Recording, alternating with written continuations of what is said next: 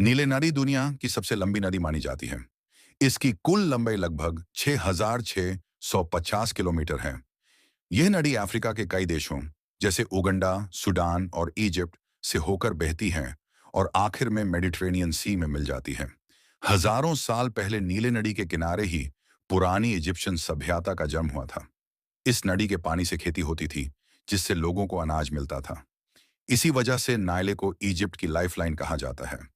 नाइले रेगिस्तान के बीच से बहकर जिंदगी लाती है।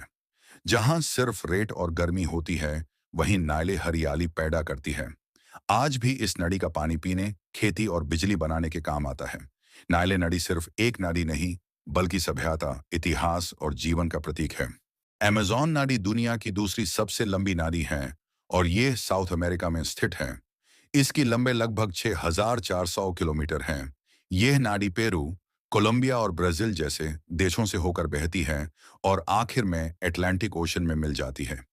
अमेज़न नदी को दुनिया की सबसे ज्यादा पानी वाली नदी माना 6,400 किलोमीटर है जाता है। इस नाडी के किनारों पर अमेज़न रेन फॉरेस्ट स्थित है, जो धरती का सबसे बड़ा जंगल है। यहाँ हजारों प्रकार के पेड़ पौधे, जानवर और पक्षी पाए जाते हैं। अमेज़न नदी और जंगल मिलकर धरती के एनवायरनमेंट को संतुलित रखते हैं। इस जंगल को अर्थ के लंग्स भी कहा जाता है, क्योंकि ये हवा को साफ रखने में मदद करता है। अमेज़न नदी सिर्फ एक जलधारा नहीं, बल्कि प्रकृति और जीवन का अनमोल खजाना है, जो पूरी दुनिया के लिए बहुत महत्वपूर्ण है। यंगसे नदी दुनिया की तीसरी सबसे लंबी नदी है और यह एशिया में स्थित है। इसकी लंबाई लगभग 6,300 किलोमीटर है, जो इसे चाइना की सबसे लंबी नदी बनाती है। यह नदी चाइना के पहाड़ी इलाकों से शुरू होती है और कई बड़े शहरों और गांवों से होकर बहती हुई ईस्ट चाइना सी में मिल जाती है।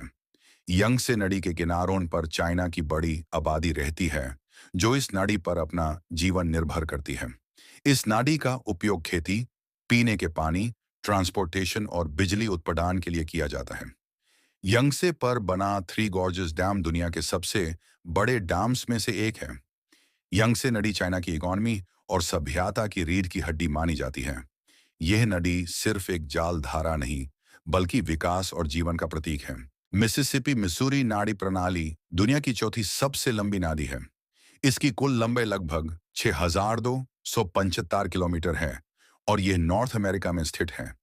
यह नाड़ी मिजूरी रिवर से शुरू होकर मिसिसिपी रिवर के साथ मिलती है और फिर गल्फ ऑफ मेक्सिको में गिर जाती है।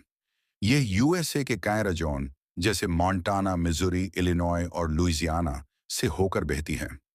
पुराने समय में यह नाड़ी व्यापार और सफर का मुख्य रास्ता थी।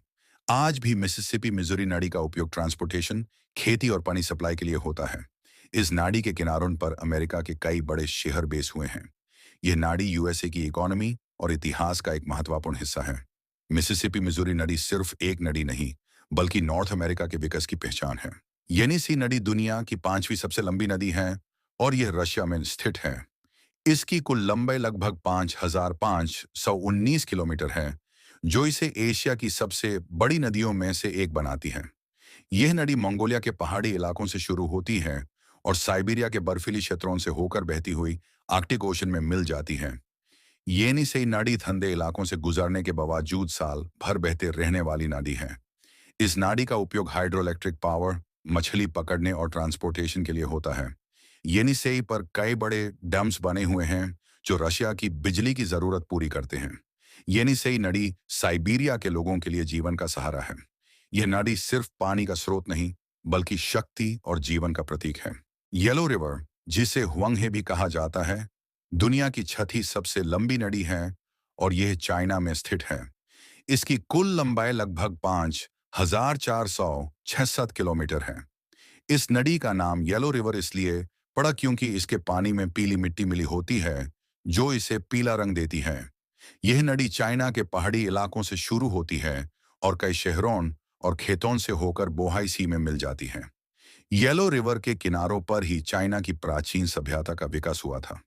इसी वजह से इसे चाइना की मदर रिवर कहा जाता है। इस नाड़ी का पानी खेती, पीने और बिजली बनाने के लिए यूज होता है। कभी कभी बाढ़ आने के कारण से चाइना सौरो भी कहा जाता है। येलो रिवर चाइना के इतिहास और जीवन का महत्वपूर्ण हिस्सा है।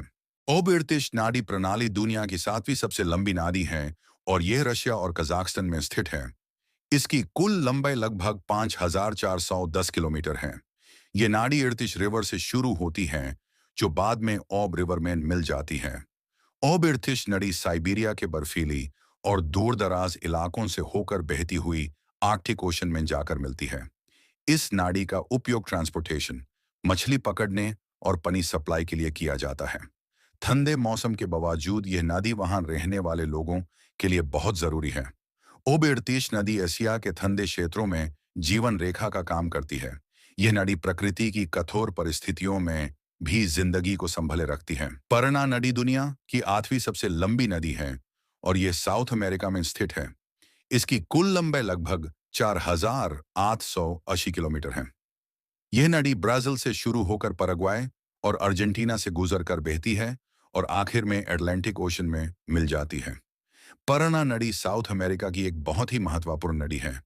इस नदी पर कई बड़े हाइड्रोइलेक्ट्रिक डैम्स बने हुए हैं, जिनमें से इतैपू डैम दुनिया के सबसे बड़े बिजली उत्पादन डैम्स में से एक है। इस नाली का पानी खेती, बिजली और ट्रांसपोर्टेशन के लिए यूज होता है। पराना नाली के किनारों पर कई शहर और गांव बेजे हुए हैं। यह नाली साउथ अमेरिका के विकास और लोगों के जीवन का महत्वपूर्ण आधार है। कॉन्गो नाडी दुनिया की 9वीं सबसे लंबी नदी है और ये अफ्रीका में स्थित है। इसकी कुल लंबाई लगभग 4,700 किलोमीटर है। यह नदी घने ट्रॉपिकल जंगलों के बीच से होकर बहती है और आखिर में अटलांटिक ओशन में मिल जाती है। कॉन्गो नदी को अफ्रीका की सबसे गहरी नदी माना जाता है। इस नदी का पानी बहुत तेजी से बहता है, इसी वजह से यह हाइड्रोइलेक्ट्रिक पावर के लिए बहुत उपयोगी है। कॉन्गो नदी पर कई बिजली उत्पादन प्रोजेक्ट्स लगे हुए हैं। कॉन्गो नदी के किनारों पर रहने वाले लोगों के लिए यह ट्रांसपोर्टेशन, मछली और पानी का बड़ा स्रोत है।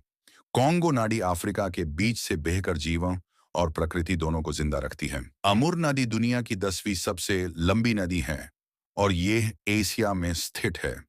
इसकी कुल लंबाई लगभग 4,444 किलोमीटर है। यह नदी रशिया और चाइना के बीच प्राकृतिक सीमा बॉर्डर का काम करती है। अमूर नदी पहाड़ी और ठंडे इलाकों से होकर बहती हुई पैसिफिक ओशन की ओर बढ़ती है। अमूर नदी के आसपास के इलाके जंगली जीवन से भरे हुए हैं। यहाँ रारे जानवर और पक्षी पाए जाते हैं, जैसे अमूर टाइगर। इस नदी का पानी मछली पकड़ने, खेती और लोकल ट्रांसपोर्टेशन के लिए उपयोग किया जाता है। अमूर नदी प्रकृति के साथ साथ मानव जीवन को भी संभाल कर रखती है। अमूर नदी एशिया की एक महत्वपूर्ण और सुंदर जलधारा है। लेना नदी साइबेरिया के पहाड़ी इलाकों से निकलकर ठंडे और बर्फीली क्षेत्रों से होकर बहती है और आखिर में आर्कटिक ओशन में मिल जाती है। ये नदी ज्यादातर साल ठंडी रहती है और सर्दियों में जम भी जाती है।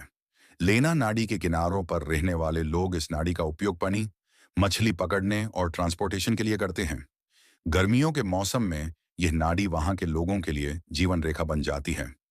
लेना नदी अपनी सुंदर लेना पिलर्स नाम की चट्टानों के लिए भी मशहूर है, जो एक प्राकृतिक अजूबा माना जाता है। लेना नदी साइबेरिया जैसे कठिन इलाकों में भी प्रकृति और जीवन के बीच संतुलन बनाए रखती है। मेकोंग नदी दुनिया की 12वीं सबसे लंबी नदी है और ये एशिया में स्थित है। इसकी कुल लंबाई लगभग 4,350 किलोमीटर है। मेकोंग नदी चाइना के पहाड़ी इलाकों से शुरू होती है और लाओस, थाईलैंड, कंबोडिया और वियतनाम जैसे देशों से होकर बहती हुई साउथ चाइना सी में मिल जाती है। मेकोंग नदी के किनारों पर रहने वाले करोड़ों लोग खेती, मछली पकड़ने और पानी के लिए इस नदी पर निर्भर हैं। इस नदी के आसपास चावल की खेती बहुत ज्यादा होती है। मेकोंग नदी जंगली जीव जंतु और मछलियों से भरी हुई है, इसलिए यह बायोडायवर्सिटी के लिए बहुत महत्वपूर्ण है। मेकोंग नदी एशिया के कई देशों को जोड़ने वाली जीवन और संस्कृति की एक महत्वपूर्ण धारा है।